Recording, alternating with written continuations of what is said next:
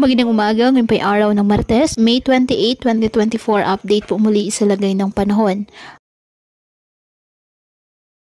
Ayon sa Pag-asa, patuloy pa rin na minomonitor ang bagyong Agon na nasa loob po ng ating Philippine Area of Responsibility. Inaasang lalabas ng ating PAR ang bagyong Agon sa Miyerkules ng tanghali o gabi bilang isang typhoon category.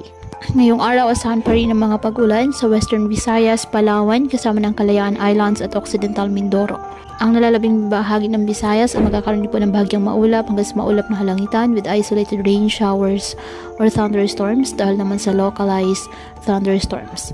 Ang Metro Manila at nalalabing bahagi ng ating bansa, asahan pa rin ang bahagyang maulap hanggang sa maulap na halangitan with isolated rain showers or thunderstorms. Kaya patuloy pa rin po natin na pinag-iingat ang ating mga kababayan sa banta po ng mga posibilidad ng pagbaha at pagguho ng lupa, lalo na kapag may malalakas na ulan.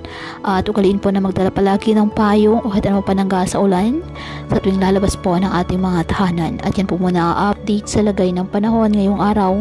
Muli patuloy po tayo na mag-ingat at palaging tandaan, God loves you. Stay safe and God bless.